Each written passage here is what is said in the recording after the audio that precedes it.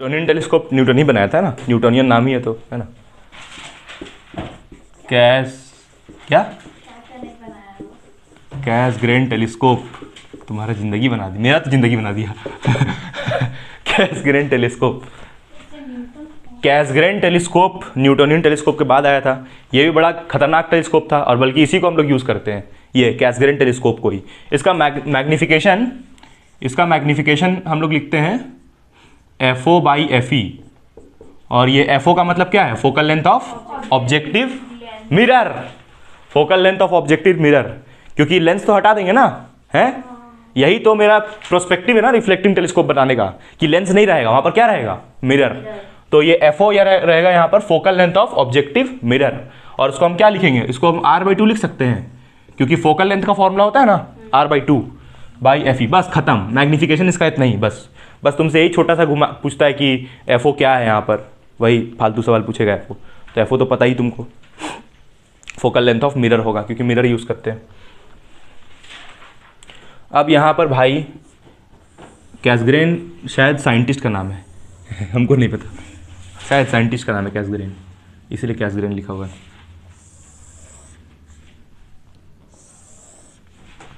ये दो लकड़ी, लड़की नहीं लकड़ी, और यहाँ पर एक बीच में गैप रहेगा दोनों मिरर के बीच में। और यहाँ पर हम कौन सा मिरर लेंगे? Concave mirror. अच्छा, इस कॉनकेव मिरर का नाम बताओ जरा, ये शिखा, इसका नाम हम बताए थे पिछले बार, बोलो। नहीं, ऑब्जेक्टिव तो ठीक है, ऑब्जेक्टिव तो है ही, कुछ थोड़ा इसको अलग नाम दिया था, और उस नाम देने के पीछे का रीज़न भी था कुछ। पैराबोलॉइडल कॉनकेव मिरर, हाँ ऐसा स्पेलिंग है, पैराबोलॉइडल कॉनकेव मिरर। इसीलिए ना, क्योंकि ये पैराबोला के शेप के जैसा है। पैराबोला ऐसा होता है ना, थोड़ा सा इसको और ऐसे कर लेना, कर्व कर लेना तुम लोग, ठीक है। पैराबोला होता है ना ऐसा, left handed parabola, right handed parabola, तो ये पैराबोलिक इन नेचर है, इसलिए इसको पैराबोलिक कॉनकेव मिरर बोलते हैं। पैराबोलिक ऑब्जेक्टिव भी, पैराबोलिक ऑब्जेक्टिव कॉनकेव मिरर, नाम सब भी पूछता है ना, इसलिए हम लिखवा रहे हैं, ठीक है। ये क्या है बताओ तो, ये क्या है? Convex lens, concave lens, mirror. यहाँ पर इसके पीछे ये नाम हटा देना, अब लिख लेना, पहले ये नाम लिख लो भाई, ये नाम हम हटा रहे हैं, पैराबोलॉइडल कॉनकेव मिरर, उसके जगह, क्योंकि हमको वहाँ पर ये बनाना है। मेन चीज़ तुम्हारा यहाँ क्या है पूरा डायग्राम में? आई पीस लेंस। तो यहाँ पर पीछे में हम बनाएंगे आई पीस लेंस। ये आई पीस लेंस देखो, यहाँ फिट कर दिया इस बार आई पीस लेंस को इसमें, ठीक। ये क्या है? आई पीस, आई पीस लेंस। अब देखो यहाँ पर पैरेलल आएगा ऑब्जेक्ट से रेज। ऑब्जेक्ट कहाँ है? टेस्ट कहाँ है? इन्फिनिटी पे। ऑब्जेक्ट इन्फिनिटी से आएगा, ठीक है। श्री तुम वकालत क्यों कर रही हो? ये इन्फिनिटी से आया रेज, यहाँ टकराएगा, और यहाँ टकराने के बाद कहाँ जाएगा? इस मिरर के पास, इस लेंस के पास, और लेंस से टकराने के बाद फिर यहाँ पर इसका क्या होगा? लेंस का फोकस। इसको हमको यहाँ, ये आईपीस लेंस है। कौन? ये ऐसे ही इसको सपोर्ट दिए हैं, इसको हम लोग क्या बोलते हैं यार उसको इंग्लिश में, सब कुछ लिखा था किताब में, पढ़े थे एक बार हम, क्या तो बोलते हैं इसको, माउंट किए हैं। हाँ, concave mirror is mounted over to, कुछ लिखा था पता नहीं, हाँ लेकिन लिखा था कि माउंट किए हैं भाई इसको, दोनों को, ये कॉनकेव मिरर को ऊपर नीचे माउंट किए हैं। और इसको पैराबोलॉइडल क्यों बनाए हैं शिखा बताओ? इसको हम लोग ऐसे पैराबोला के जैसा और कर्व क्यों बनाए हैं मिरर को?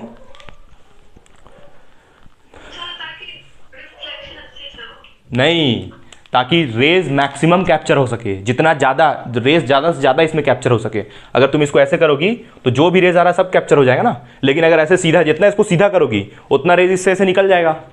समझी कि इसको ऐसे क्यों किए हैं कर्व?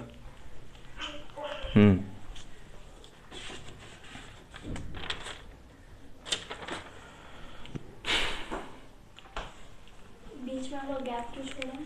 कहाँ? कहाँ बीच में? यहाँ, इसमें, यहाँ, ताकि लाइट रेज यहाँ से आए और इधर घुस जाए आईपीस लेंस में, समझी? और आईपीस को सिलेंडर क्यों बनाया, सिलेंडर शेप का? बता रहे हैं, यहाँ टकराएगा और ये इस तरफ जाएगा, फिर ये जो रे आया यहाँ से टकराएगा और ये इस तरफ जाके इंटरसेक्ट। हाँ एग्जैक्टली यही एकदम होगा। यहाँ पर बनेगा इमेज यहाँ बनेगा इमेज पॉइंट साइज का, और ये रेस कहाँ जाके एंटर करेगा? आईपीस लेंस में। और 1 मिनट गाइज, ये फिर गलती, ऐसे नहीं होगा। ये कैसे जाएगा यहाँ से टकराने के बाद? स्ट्रेट सीधा जाएगा, ठीक है, सीधा जाएगा, स्ट्रेट जाएगा टकराने के बाद। और यहाँ पर मेरा क्या रहेगा? आँख रहेगा, और यहाँ पर मेरा आई रहेगा, उससे हम क्या देख लेंगे? इमेज। चलो अब बताओ जरा तुम खुशबू, यहाँ पर जो इमेज बना है, ऑब्जेक्ट कहाँ है? ऑब्जेक्ट तो इन्फिनिटी पे है। ऑब्जेक्ट कहाँ पर होगा? इन्फिनिटी पे है, तो इसमें तो कोई डाउट नहीं। तो यहाँ पर जो इमेज बन रहा है, ये इमेज रियल एंड इन्वर्टेड होगा कि वर्चुअल एंड इरेक्ट? बताओ, रियल एंड इन्वर्टेड कि वर्चुअल एंड इरेक्ट? अगर ये यहाँ पर ये वाला मिरर नहीं होता, ये मिरर नहीं होता अगर, तो रेस जाके कहाँ मीट करता? फोकस में मीट करता। अच्छा, इस मिरर को एक हम लोग नाम दिए हैं, इस मिरर को हम लोग बोलते हैं सेकेंडरी मिरर। सेकेंडरी मिरर क्यों सेकेंडरी मिरर बोलते हैं? क्योंकि भाई पहले ये प्राइमरी हुआ, यानी कि पहले इस पे आके लाइट टकराया, उसके बाद वो वाला में एंटर किया, इसलिए उसको सेकेंडरी बोलते हैं। खुशबू तुमको नहीं समझ में आ रहा है क्या? दोबारा बताएं एक बार, है क्या बोल रही हो?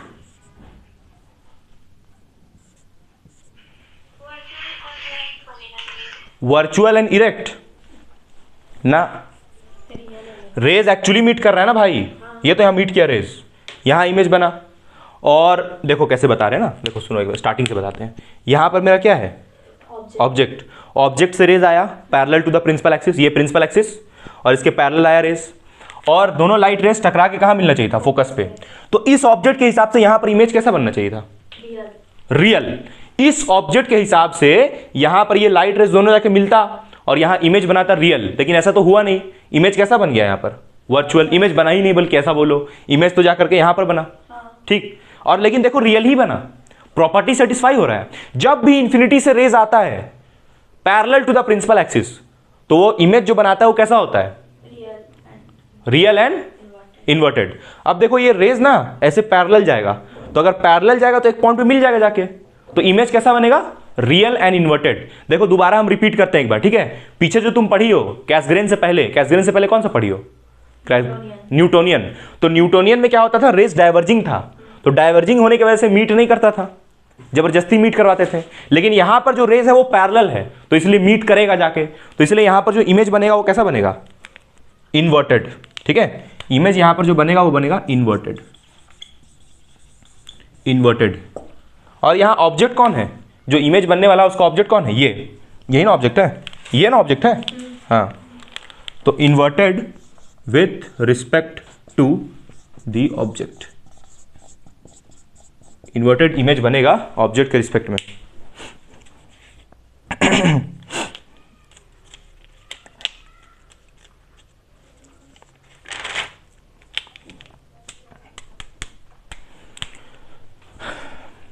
अब तुम लोग को हम ये बताते हैं कि इससे पूछेगा क्या, वो बताते हैं। चलो हम यहाँ पर अब इसका फायदा लिखने वाले हैं। ये जो हम लोग बनाए यहाँ पर, क्या बनाए? ये क्या है? Concave mirror, paraboloidal concave mirror. इसका फायदा क्या है? ये पूछता बहुत, हो सकता है तुमसे कैसग्रेन टेलीस्कोप पूछा ही नहीं, लेकिन उसका फायदा जरूर पूछेगा कि हम लोग रिफ्रैक्टिंग टेलीस्कोप को रिफ्लेक्टिंग टेलीस्कोप से रिप्लेस कैसे करते हैं। या फिर दूसरा और क्या पूछ सकता है कि ये जो एस्ट्रोनॉमिकल टेलीस्कोप होता है उसको हम लोग रिफ्लेक्टिंग टेलीस्कोप से कैसे रिप्लेस करते हैं। एक ही क्वेश्चन है ना, चाहे बोले कि रिफ्रैक्टिंग टेलीस्कोप को क्यों रिप्लेस करते हैं इससे, रिफ्लेक्टिंग से, या तुमको एस्ट्रोनॉमिकल बोले, तो दोनों का मतलब तो सेम है। तो वहाँ पर डिमेरिट्स क्या था कि इमेज हमको ब्लर दिख रहा था, और बहुत कॉस्टली क्या था? क्या चीज़ कॉस्टली था? है ये मैग्निफिकेशन लिख लिए एक्सप्रेशन, इसी का मैग्निफिकेशन, ठीक है। देखो यहाँ पर साइड बताते हैं, वो जो हम लोग पीछे बनाए थे उसमें ये कौन सा लेंस था? पहले कौन सा लेंस होता था? ऑब्जेक्टिव। और यहाँ क्या होता था? आईपीस। तो ये ऑब्जेक्टिव को हम लोग बहुत बड़ा बनाते थे ना, और आईपीस को छोटा। टेलीस्कोप में उल्टा होता है, आईपीस को छोटा करते थे, उसका साइज तो सेम रहता था, साइज वही रहता था। ये जो आईपीस है उसका साइज वही रहता था, ऑब्जेक्टिव का साइज को बढ़ाते थे। तो इतना बड़ा सा ऑब्जेक्टिव लेंस बनाने में बड़ा खर्चा आएगा, पहला ये। और दूसरा चीज कैरी करने में बड़ा भारी होगा। और ये जो मिरर बनाएंगे कौन सा मिरर? कॉनकेव। कॉनकेव मिरर को तो कैरी करना बड़ा आसान हो जाएगा, ठीक। कस्ट किसके साथ था? ऑब्जेक्टिव के साथ, इसलिए ऑब्जेक्टिव वाला ये हटा करके यहाँ पर क्या लगा दिए? मिरर लगा दिए। तो ये दो तो कोई भी लिख लेगा। दूसरा 2 पॉइंट सबसे इंपॉर्टेंट, 2 पॉइंट सबसे इंपॉर्टेंट क्या था? चलो हम इसको हटा रहे हैं और यहाँ पर लिख रहे हैं। 2 पॉइंट सबसे इंपॉर्टेंट क्या था? एक तुम्हारा क्रोमैटिक एब्रेशन और दूसरा स्फेरिकल एब्रेशन। वो दोनों हट जाएगा। कैसे? अभी बता रहे हैं। दोनों कष्ट वो हट जाएगा, तुम्हारा क्रोमैटिक एब्रेशन और स्फेरिकल एब्रेशन। तो यहाँ पर लिखते हैं एडवांटेजेस, बता रहे हैं सारा चीज़, क्रोमैटिक समझाते हैं। देखो यहाँ पर पहला चीज़ है मेरा क्रोमैटिक एब्रेशन। क्रोमैटिक, चलो खुशबू बताओ क्रोमैटिक एब्रेशन के बारे में, बोलो।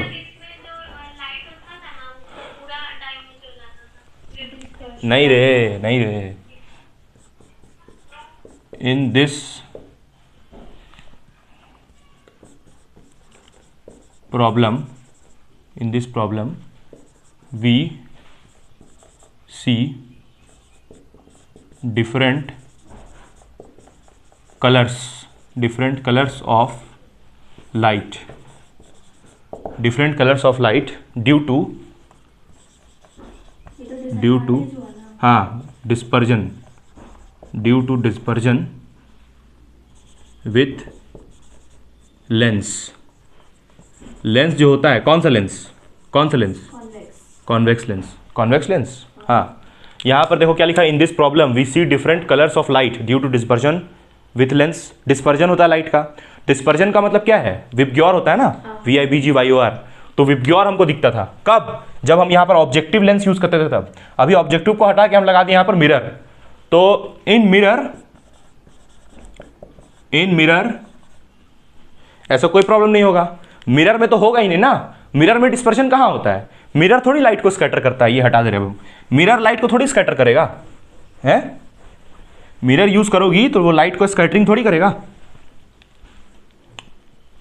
इन mirror this problem was solved. क्यों? क्योंकि मिरर में होता ही नहीं डिस्पर्जन लाइट का। तो वहां पर जो हमको इमेज दिखेगा वो कैसा दिखेगा? क्लियर दिखेगा। क्लियर क्यों दिखेगा? क्योंकि यहाँ पर लाइट का डिस्पर्जन नहीं हो रहा है, हमको सिर्फ इमेज दिखेगा, कलरफुल इमेज नहीं दिखेगा, है ना। तो ये भी एनसीईआरटी में लिखा रहता है, colourful image is not seen. लिख लो यहाँ पर, colourful image is not seen. जो एक्चुअल इमेज है वही दिखेगा। दूसरा बात और एक और क्या था?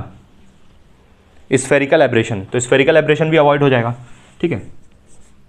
स्फेरिकल एब्रेशन कैसे अवॉइड होगा? क्योंकि हम मिरर को क्या बना रहे हैं? पैराबोलॉइडल। तो यहां लिख रहे हैं due to large aperture. Aperture का मतलब बताओ शिखा।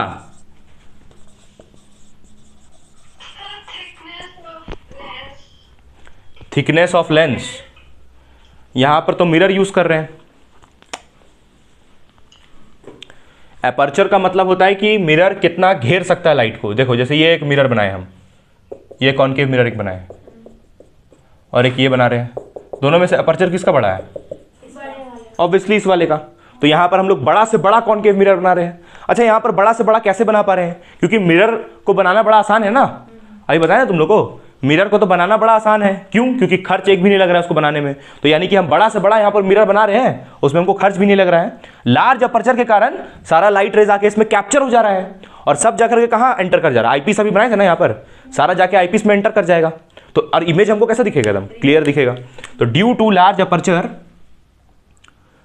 स्फेरिकल एब्रेशन, मतलब जो लाइट ऐसे करके उधर ये स्कैटर कर रहा था वो खत्म हो जाएगा वो काम। हाँ लिख रहे हैं सही लो ना। ड्यू टू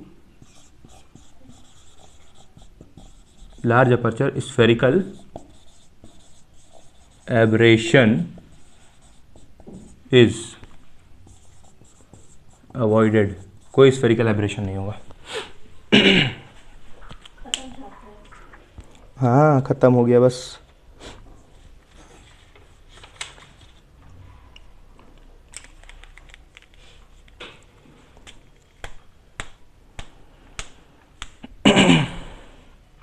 एक चीज और लिख लो, थर्ड, हाई रिजोल्यूशन।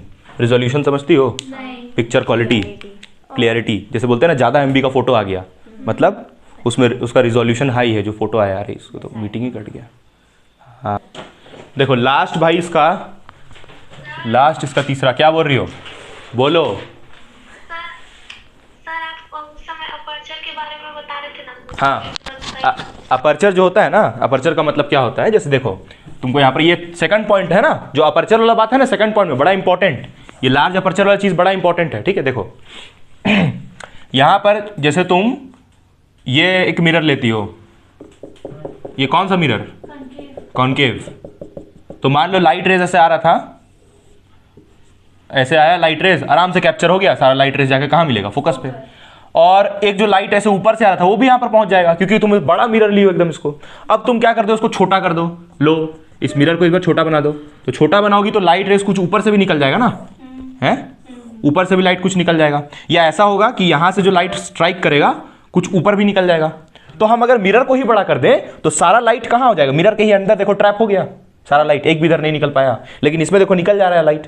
तो इसीलिए मिरर को हम बड़ा अपर्चर का बनाएंगे। इसीलिए जो हम तुमको टेलीस्कोप पढ़ा रहे थे उसमें क्या बोल रहे थे कि ऑब्जेक्टिव लेंस को बड़ा लो। क्यों लो बड़ा ऑब्जेक्टिव लेंस को, ताकि जो ऑब्जेक्ट से रेज निकले वो सारा कहाँ कैप्चर हो जाए, लेंस में कैप्चर हो जाए। ठीक है। अच्छा ये चीज़ पूछ भी सकता है ना तुमसे, क्योंकि देखो जो हम लोग वो पढ़े हैं कंपाउंड माइक्रोस्कोप, कंपाउंड माइक्रोस्कोप में ऑब्जेक्ट कहाँ होता था, शिखा बताओ। कंपाउंड माइक्रोस्कोप में ऑब्जेक्ट कहाँ होता था, नहीं फोकस पे नहीं, हाँ बियॉन्ड फोकस, प्रिंसिपल एक्सिस में लाई करता था कि नहीं बताओ, करता था बिल्कुल, है ना। और लेकिन इसमें जो हम लोग पढ़ रहे हैं टेलीस्कोप, इसमें प्रिंसिपल एक्सिस में नहीं होता है। कहाँ होता है ऑब्जेक्ट, ऑब्जेक्ट कहाँ होता है, इन्फिनिटी पे।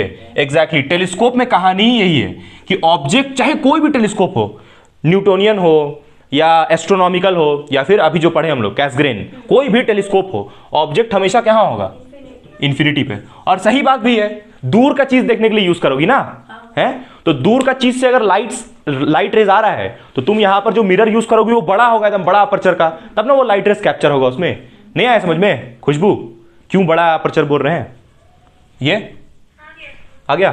तो इसलिए यहां पर देखो लिखे लार्ज अपर्चर, तो उससे स्फेरिकल एब्रेशन मतलब लाइट रेज बाहर नहीं भाग पाएगा, सारा लाइट रेज क्या हो जाएगा, फोकस एक जगह कैप्चर हो जाएगा और उससे एकदम शार्प इमेज बनेगा। ठीक है। अब तीसरा चीज जो हम बोल रहे थे, तीसरा चीज लिख देते हैं, उसके बाद ये चैप्टर वाइंड अप हो गया। कितना दिन, 20 दिन हम लोग पढ़े ये चैप्टर, नहीं सर, तो एक महीना, एक महीना एक महीना ही हुआ, 1.5 महीना हुआ है। लड़के मर जाओ। हाँ, it has high resolving power. Resolving का मतलब क्या होता है? रिजॉल्विंग का मतलब कि क्लियरिटी, ओ हाँ, resolving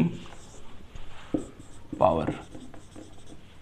So the image formed is bright. Image एकदम कैसा बनेगा, ब्राइट यानी कि एकदम क्लियर इमेज बनेगा, क्लियर एकदम इमेज का हमको पिक्चर दिखाई देगा। ठीक है। न्यूमेरिकल तो करना था, चलो एक करते हैं न्यूमेरिकल, हो गया ये, अब हम हटा दे रहे इसको। ठीक है। खत्म चैप्टर।